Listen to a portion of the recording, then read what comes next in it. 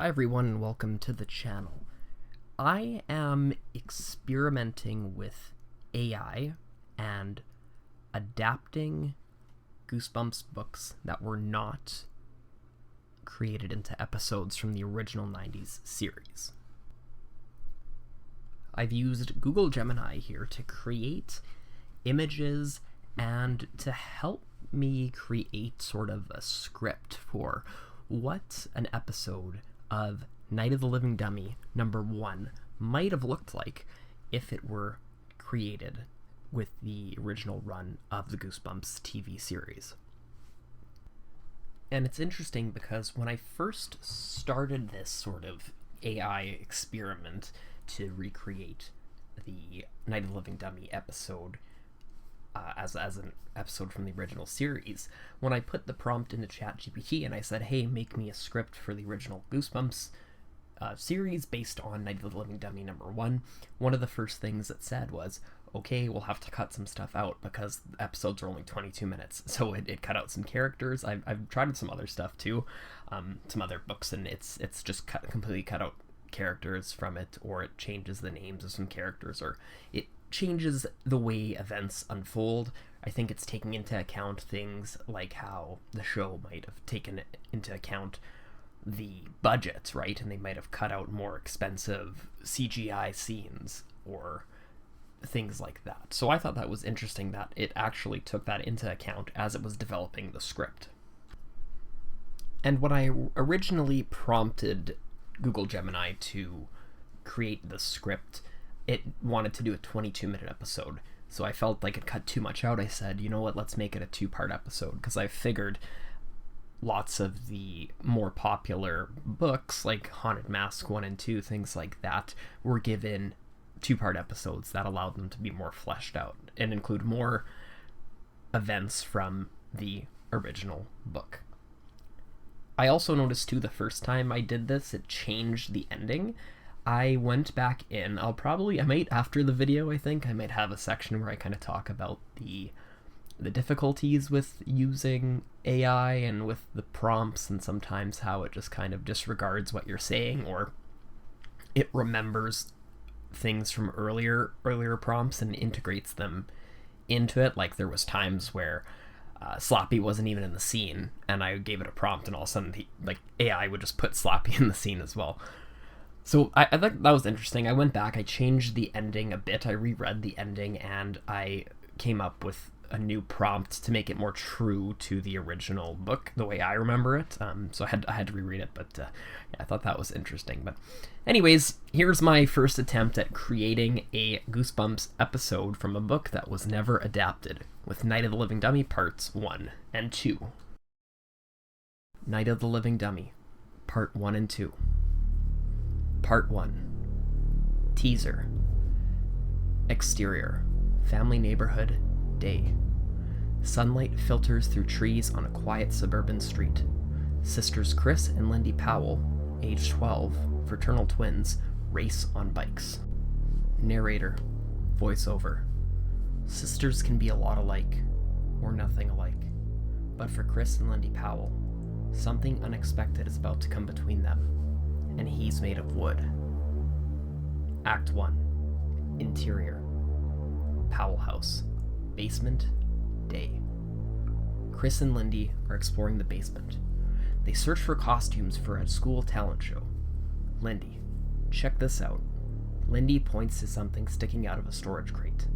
She pulls out an old, dust-covered ventriloquist dummy.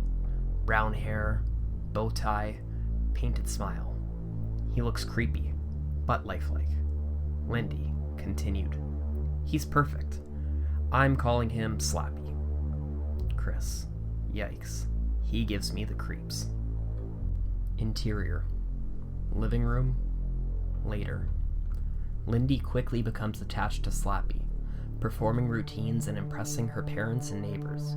Chris watches with a mix of annoyance and jealousy.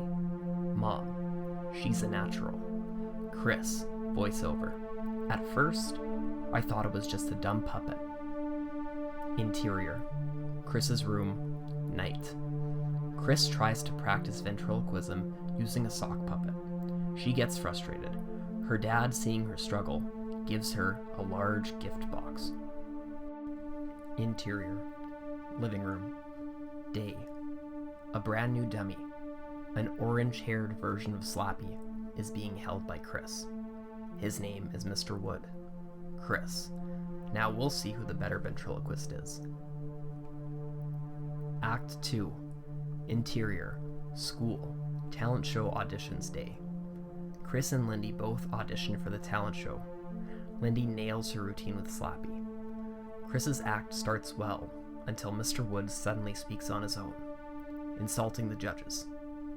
Mr. Wood, in an evil voice, "You call that a talent show? I've seen better in a sock drawer."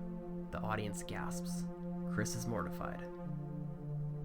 Interior, Chris's room, night. Chris stares at Mr. Wood. Chris, to herself, "Did I imagine that?" That night, strange things start happening. Things become misplaced. Clothing is destroyed. Chris's parents, off screen. "Chris, this isn't funny." Chris, voiceover. "I didn't do it, but I think I know who did." Interior, basement, night. Chris is looking everywhere for Mr. Wood.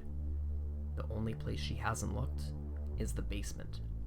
Chris creeps down the stairs and sees Mr. Wood. He's sitting in the dark. His head slowly turns toward her. "Mr. Wood, you and I are going to have lots of fun." Chris screams. To be continued. Part 2. Act 1. Interior, Chris's bedroom, morning. Chris tries to convince her parents that Mr. Wood is alive. They laugh it off. They think she just wants attention. They think she's just jealous of Lindy. "Lindy, you're losing it." Chris, "Then explain this." She shows them claw marks across her posters in her room. Still, no one believes her. Interior, school hallway, day.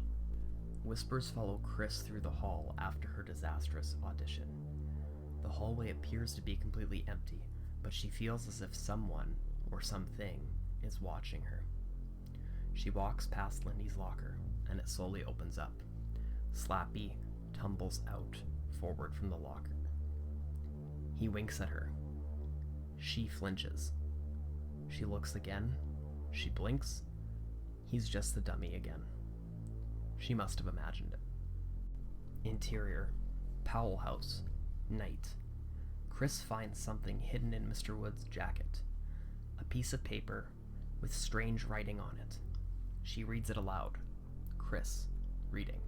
Carew, Marie, O'Donnelloma, Molyneux, Carano. Suddenly, Mr. Wood's eyes open wide. "Mr. Wood, you read the words. Now you are mine." Act 2. Interior, dining room, night. The dummy starts wreaking havoc, destroying the dining room, flipping over furniture, ripping down the wallpaper, and smashing dishes. Chris's mom and dad are out, but when they return, they don't believe what they see.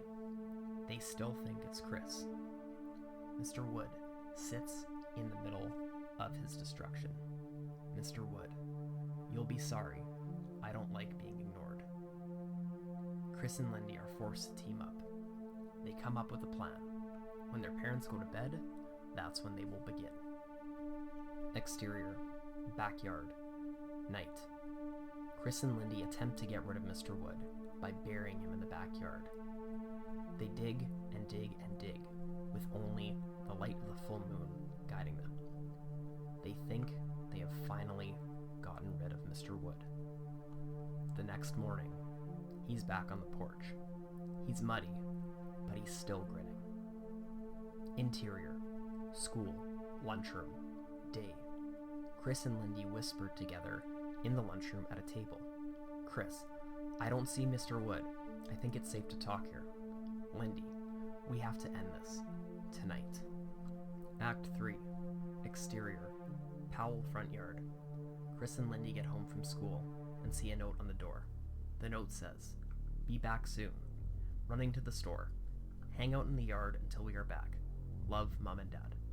Chris, I guess they still don't trust us home alone after the dining room incident. Lindy, I guess not. Mr. Wood jumps out of the front bushes.